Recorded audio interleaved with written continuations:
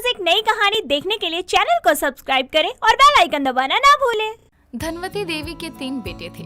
तीनों ही बड़े सुशील और अपनी माँ के आज्ञाकारी थे। धनवती के पड़ोस में ही किराए के घर में क्यूटी नाम की एक लड़की रहा करती थी, जिसे धनवती के बेटों में बड़ी दिलचस्पी रहा करती थी।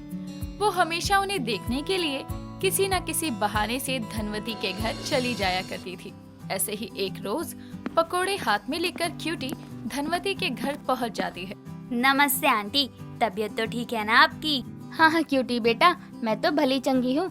ये क्या लेकर आई है? पकोड़े बनाए हैं तूने? हाँ आंटी जी, इसलिए सोचा आपको भी दे आऊं, लीजिए ना। तभी वहाँ धनवती का दूसरा बेटा विनय आता है और पकोड़े देखकर खाने लगता है। क्या पकोड़े हैं माँ? पहले बनाती ना, अभी तो मुझे कहीं निकलना है। अरे मैंने नहीं, क्यूटी ने बनाए हैं। अरे वाह, तुम्हें ये सब काम भी आते हैं? मुझे तो लगा सिर्फ 36 तरह का मुंह बनाकर सेल्फी लेना आता है। तुम ना बहुत बेकार हो विनय, लाओ मत खाओ पकोड़े, दो इधर। अरे मजाक कर रहा हूँ। अच्छा माँ, मैं चलता हूँ। तभी विनय प्लेट से 2-4 पकोड़े उठाकर बाहर चला जाता है। तभी क्यूटी उसे प्यार से देखते हुए मन में कहती है, हाय, बस ऐसा ही गबरू जवान मुझे ब्याह कर ले जाए। इन तीनों भाइयों में से ही कोई मेरा बलम बने बस। अरे किस ख्याल में खो गई? सुन रही है? हाँ हाँ, कहीं नहीं, बस ऐसे ही। अच्छा आंटी, चलती हूँ अब। हाँ जा। कितनी प्यारी है तू। भगवान तुझे अच्छा पति और उससे भी अच्छा ससुराल दे। पति का तो नहीं पता, लेकिन ससुराल मैंने सेलेक्ट कर लिया है। बस भगवान इस घर के तीनों बेटों में से किसी की पत्नी बनाकर मेरा गृह प्रवेश करवा दे। कुछ देर में क्यूटी वहाँ से चली जाती है। क्यूटी का दिल धनवंती के तीनों बेटों पर डोला हुआ था, लेकिन धनवती या उसके तीनों बेटे ही इस बात से अनजान थे। समय बीतता है और क्यूटी को कुछ समय के लिए दूसरे शहर किसी काम से जाना पड़ता है। जब वो लौटती है तो उसे पता चलता है कि धनवती के तीनों बेटों की शादी हो चुकी है। ये सुनकर उसका दिमाग घूम जाता है और वो खुद से कहती है, शादी तो उन तीनों की हुई, लेकिन बैंड तो मेरा बच गया ना। जरा जाकर तो देखूं मेरे राजकुमारों के पल्ले कौन सी 3 चुड़ैल पड़ी हैं। इतना कहकर वो धनवती के घर पहुंचती है, जहां धनवती की तीनों बहुएं साफ सफाई कर रही थी और धनवती बैठकर टीवी देख रही थी।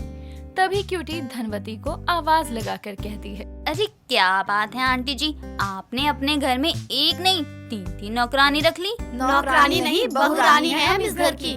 अच्छा, फिर मेरे सुनने में ही गड़बड़ हो गई होगी। क्या आंटी, मैं कुछ दिनों के लिए गायब क्या हुई? आप तो घर में बहू ले आई, वो भी एक साथ 3। उसकी ये बातें धनवती की तीनों बहुएं सुन रही थी। तभी उनमें से दूसरी बहू अपूर्वा कहती है, अब क्या सासू माँ तुमसे पूछकर अपने बेटों की शादी करती? वैसे सासू माँ, ये है कौन? अपनी तीनों बहुओं का परिचय तो करवाइए इनसे। हाँ, हम भी तो जाने कि कौन है ये मोहतरमा और क्या लगती है हमारी। अरे बहुओं, ये हमारे पड़ोस में ही रहती है।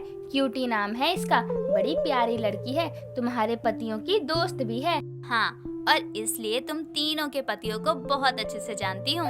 अच्छा, तो ये बात है। अच्छा, तो यहाँ किसी काम से आई हो या फिर घूमते फिरते ही आ गई?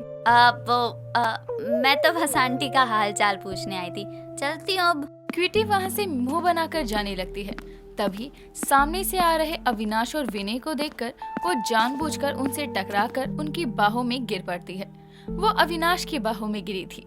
ये देखकर अविनाश की पत्नी वामिका दोनों को घूरती है। तभी विनय क्यूटी का हाथ पकड़कर कहता है, तुम ठीक तो हो ना?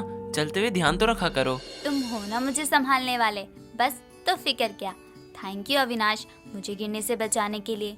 चलती हूँ अब। क्यूटी वहाँ से मुस्कुराकर चली जाती है और अपने घर जाकर खुद से कहती है, नहीं, मैं हार नहीं मानने वाली। शादी हो गई तो क्या, मैं ऐसी चाल चलूंगी कि एक ना एक की पत्नी तो खुद ही मेरे इस घर की बहू बनने का रास्ता खाली कर देगी। क्यूटी भी अब अपने इरादे की पक्की थी। तो वहीं धनवंती की तीनों बहुओं को क्यूटी कुछ अटपटी नजर आती है, तो वो रसोई में काम करते हुए आपस में कहती है, भाभी, ये क्यूटी पड़ोसन कुछ अजीब नहीं है? क्यों? उसने हमें बहुरानी की जगह नौकरानी समझ लिया इसलिए? नहीं नहीं भाभी, देखा नहीं आपने वो देवर जी की बाहों में कैसे गिरी? और विनय ने जब उसका हाथ पकड़ उससे कुछ पूछा तो कैसे शर्माकर जवाब दे रही थी। मानो या न मानो, ये क्यूटी ठीक नहीं है। ओहो, सासू माँ ने कहा था कि वो हमारी पतियों की दोस्त है, वो भी काफी समय से। फिर भी तुम दोनों शक कर रही हो? दोस्त नहीं, बल्कि हमारी सौतन वाले हाव भाव दिख रहे हैं उसके। और भाभी आप भूल रही हो कि लड़का लड़की कभी दोस्त नहीं होते, और एक लड़की तीनों की दोस्त हो? बिल्कुल भी नहीं। तुम दोनों काम पर ध्यान दो, फालतू बातें छोड़ो। शालिनी क्यूटी के बारे में ऐसा नहीं सोचती। समय बीतता है।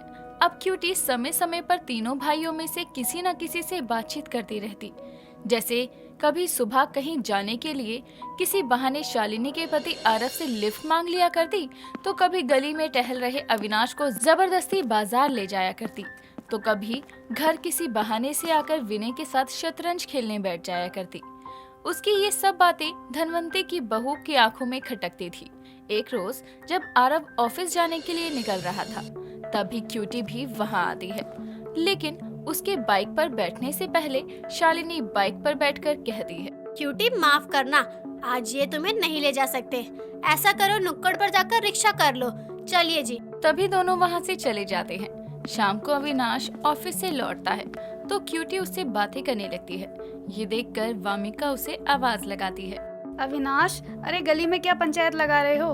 अंदर आ जाओ, मैच चालू हो गया है। अच्छा अभी आया, चलता हूँ क्यूटी, बाद में बात करेंगे। क्यूटी फिर गुस्से में अपने दांत पीसकर रह जाती है और संडे के दिन धनवंती के बेटों के लिए उनकी पसंद की पाव भाजी बनाकर लाती है, जिसकी खुशबू आते ही विनय कहता है, ओहो, पाव भाजी। हाँ, मैंने खास तुम तीनों के लिए बनाई है।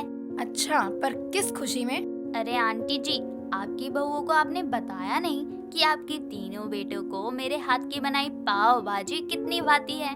क्यों बताऊं? मतलब कि इसमें बताने लायक कोई जरूरी बात है क्या? और क्यूटी बनाकर लाने से पहले पूछ तो लेती। आज हम सारा परिवार बाहर खाना खाने जाने वाला था। हाँ क्यूटी, तुम बता देती तो हम किसी और दिन का प्लान बना लेते। ओहो क्यूटी, तुम्हारी अब तक की गई मेहनत तो बेकार हो गई पाव भाजी बनाने की। हाँ, और वैसे भी तुम्हारे ये दोस्त हम कुंवारे नहीं हैं जो तुम्हारी पाव भाजी के भरोसे रहे। बीवी आ गई है इनकी, तो अब दोस्त हुए पराए। दुश्मन हुआ जमाना। इसलिए बेटा क्यूटी, कम करो हमारे यहाँ आना जाना।